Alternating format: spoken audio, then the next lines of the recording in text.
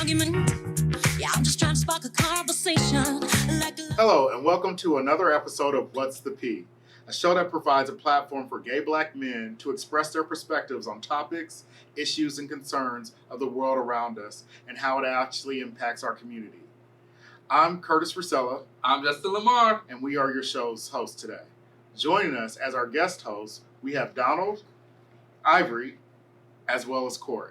Today's topic of discussion will be alcohol and substance abuse within the black gay community. It is well known the acceptance of recreational use of controlled substances and alcohol has always been prevalent in the black gay community. It is apparent that these vices are taking a hold of our community in such a way that is possibly allowing our men to be overlooked when it comes to STD and STI prevention as well as treatment. Some say it keeps us sedated in such a manner that it discourages our group from getting the support they need as it pertains to depression, combating stereotypes, handling mental abuse, and gaining personal acceptance, thus allowing for predators to prey on our community, as the alleged murders of young black gay men by Ed Buck has shown to be muted in mainstream media. To keep our community woke to the suppression drugs and alcohol can have on the well-being of young gay black men, let's discuss this possible growing epidemic and share how it can and has affected our relationships with friends, family, and acquaintances. I don't. I really don't. I don't think that drugs are a bigger issue in the black gay community than they are in the white gay community. I mean, I just feel like because we're a part of the community, I feel like everything when it comes to black people is televised more than you see for the other communities because those other communities are running those social media platforms. I still very much don't think that it is looked down upon by a majority of the community. Because, I mean, we talk about it, we discuss it. I can't believe I saw such and such doing this, such and such doing that. And I don't think it's as prevalent necessarily as it used to be. I definitely think that a large majority still do it, but I don't think it's nearly as bad as it used to be. Well, I can say personally, I'm a man of a certain age. But I'm from the Midwest. Grew up around a ton of white people, other than black, and went to college in Phoenix, Arizona. Lived there, Phoenix, Arizona. The population is probably about 4% black, and I was always around other gay men that weren't black, and the whole time I came out when I was 27. I'm 43 now. And in the last probably 7 years has been when I have been around black gay men. And the whole time up until then, I hadn't been around any issues with drugs. And so that's why I thought this resonated with me a little bit more because I moved to Atlanta, and then I moved from Atlanta to here. And in both cities, I seen a lot of guys that had issues with substance abuse. I mean, I think you'll see it. I don't think just drugs in general. You'll see it's in southern cities and in northern big cities. Mm-hmm. You'll see them more. Well, I mean, like as far as like New York, Seattle, Atlanta, Houston, like those big cities, you're going to see more drugs being used than from Kansas or from Phoenix, because normally with those Midwestern cities, their biggest drug of choice is normally meth, not cocaine and stuff like that you'll see normally in Houston nightlife. Like I said, Atlanta, the large gay population, DC, Miami, like a lot of people do drugs in those cities. So when it comes to drugs, I think that people pick their poison. No matter what city or state you're in, I think that as people looking for different ways to get high. So if you think back 20 years ago, it was crack. So, but they were still doing powder. It just wasn't something that people was doing. They was just making it. Were gay men doing crack? They were. Yeah. They're doing it. They're doing it now. Cocaine was a more expensive drug then than it is now. And cocaine is different. So crack was cheaper. Yeah. So gay men That's been right. doing crack for a long time. So I grew up in some projects. So I've seen a bunch of different things in my life as far as communities go with gay people in particular. Coming from a community that's still very small in Beaumont and knowing that these drugs still exist. Coming here to Houston, yeah, I am from 90 miles away, but coming here to Houston and looking at the community and how drugs are here, it's very prevalent. I mean, people offer you, this is weird, I know. They might not offer you a piece of gum, but they will offer you want some powder? You want a bump? You want a bump? I mean, like, Just it's go to the nothing. bathroom. And again, here's the thing. If you're in the restaurant, If that, yeah. if that's what you want, but they offer it so freely, and it's weird because, again, you look at substance abuse and how people do it. People do it as a party drug. Donald mentioned meth. People do meth. They're doing ice and Clorox, and people look for ways to get high. And I think that in the gay community, they try to escape some things that they're dealing with. You took the words Go ahead. out of my mouth. It's an escape. It's Yeah. like you feel on top of the world for a night. And Escape from what? Life, harsh reality. So many different. It's a myriad of different things. I struggle with this. Like when I first came out, I had a large cocaine problem. Like I just took cocaine so much, and it was after the fact when I stood back from the painting and I was like, "Yeah, you were totally running from something." Mm-hmm. And every night I just wanted to feel like I did the night before, Mm-hmm. but it never got. It was never Was that night before before. you came out? Like, is that you Yeah. were running from that? Like, Yeah. trying to deal with the issue? Yeah, it was mostly like it was making it okay for me. Like I wasn't able to face my reality just yet, but a couple bumps and I felt like I was out, Corey, and I was Social. I was social, and things were all good for me, and I wasn't hiding this huge part of me. So the drugs made it okay for me, but it was a while before I stood back from that and was like, okay, no, this is not a sustainable way of living. Mm-hmm. One, you have too much stuff going for You're you losing. to be spiraling like this. And I think a lot of people are getting caught up in And that. the A lot. And exactly what you said. I know a lot of people who use recreational drugs. And again, I'm seen out with these people. And some people think, when you're out with someone that you might be the person who birds and feathers flock together, but that's not necessarily true.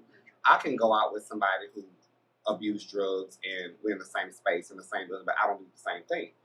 And what he said, people do things to kind of mask today, and then tomorrow you say, let me do this again, and you repeat these patterns and behaviors, and then until you see for yourself that it's not really what I want to do.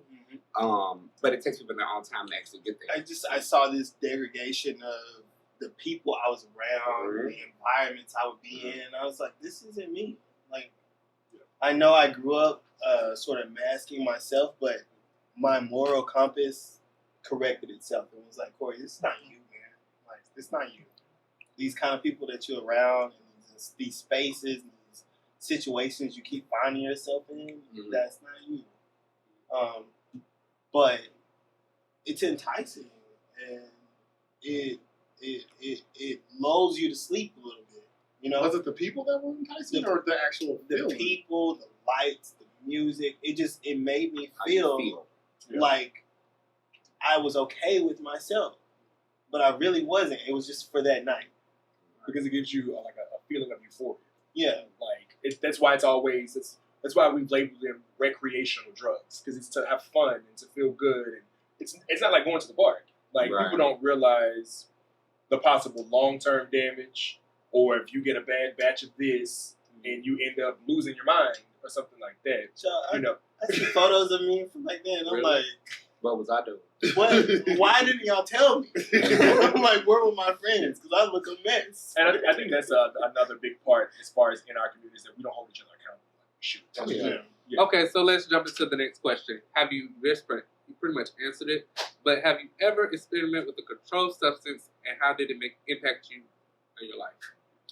I did. I had a really bad cocaine problem when I was in grad school. At the time, I had just got diagnosed with Crohn's disease. Bombshell.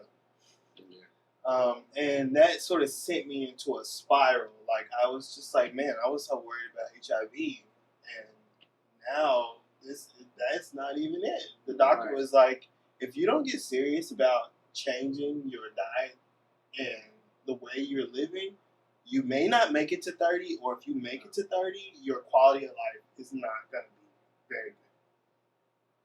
That was like a splash of water in my face, and like, at first, I spiraled real hard. I turned to drugs, and I was just like, I'm going to die, so at least I'll die happy.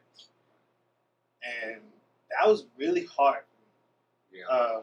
Because at the time, I was in grad school. I thought my life was just on cruise control. I was going to go to school and get a real good job, and, you know, this gay thing, I'd work it out.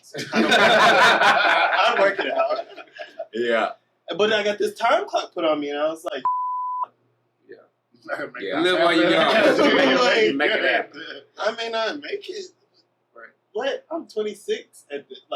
You may not make it to 30. It was really hard.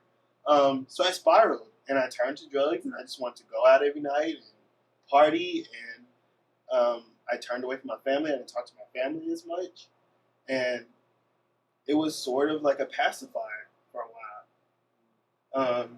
And what really happened is, I'm so thankful that I have like some friends who pulled me to the side and was like, Frank, Get yourself together. we see like something is going on with you. I don't know what it is, but you're not looking like you right now. And that's what pulled me back from it. I think for me it was alcohol. When you're young, that peer pressure, you want to fit in, and when you go to the club, everybody's drinking, you just want to drink to get on another level.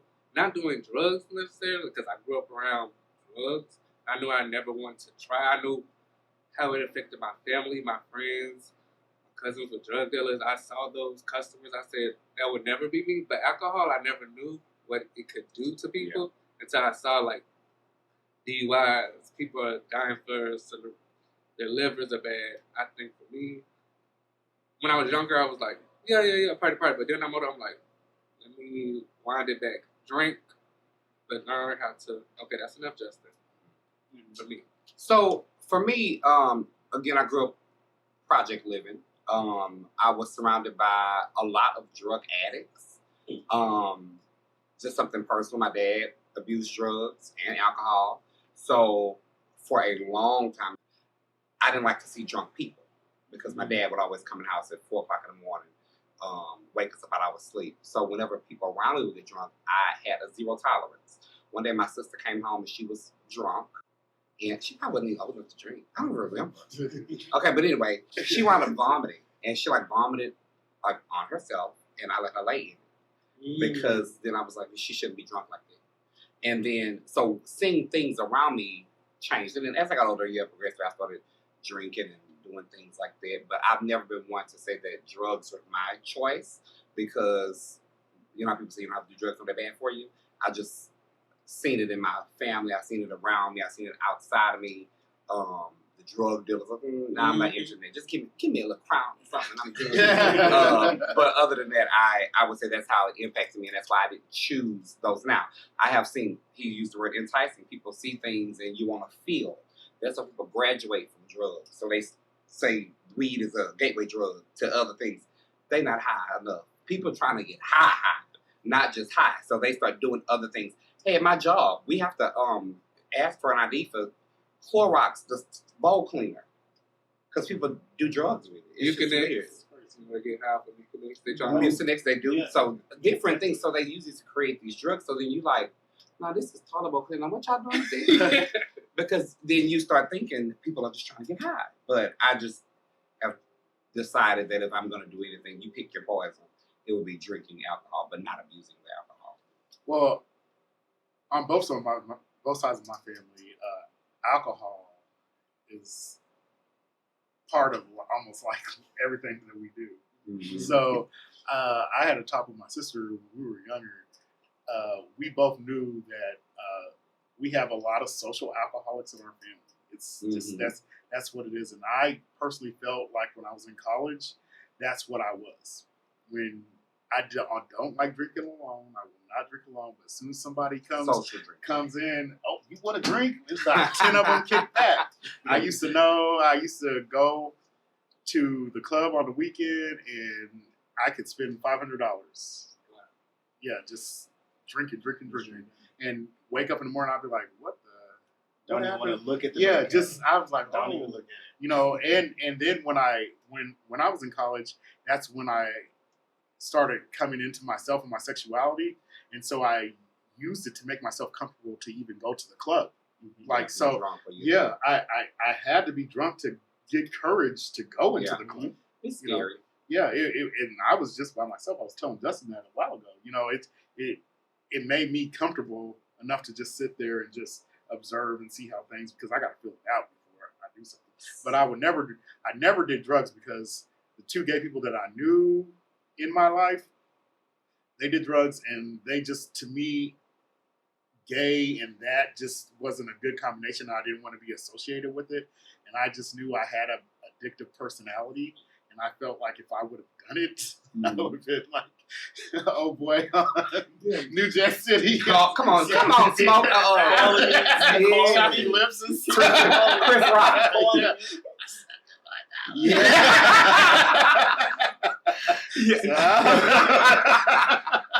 That's not the position I want to be in right now. Come on, New Jack City. I don't need no browns. If I had to be I'm a seller. I'm going to make them. Yeah, I was scared of death. I would have to say for me, like, any of y'all who really know me, like, I'm not a big drinker at all. I don't smoke. I got bronchitis. So it just does not work for me. It doesn't work for me. Honestly, I would say my drug of choice, though, has probably been sex for me, which a lot of people don't think about. It is. Just because for me, like with my family, they've always been very, as far as like growing up, like my dad is super, like very, very reserved. Like we didn't even have our first conversation until I left for the military. So like, first conversation, like first just like actual conversation. Like we grew up in the same house, but like we were just not close at all. And my mom is like she'd always been like a big authoritarian. So it was like I always felt like I was missing something. So especially once I moved to Houston, like when I moved to Houston, I was 25. You know, new thing on the scene, the whole 9 yards. So coming from a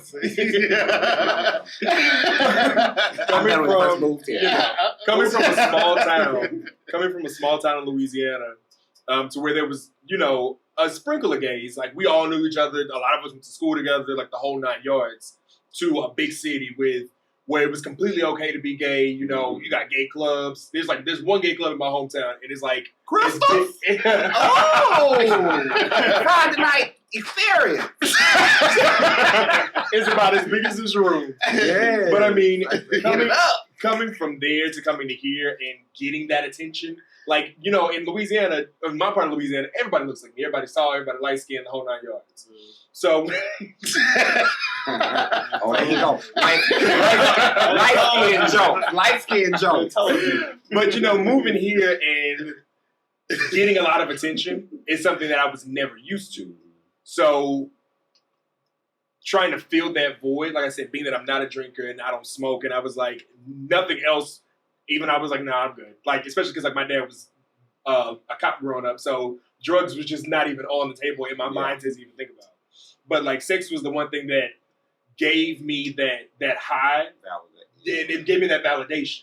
And I think that was my biggest thing. So as I've gotten older, I'm 28 now, thank God.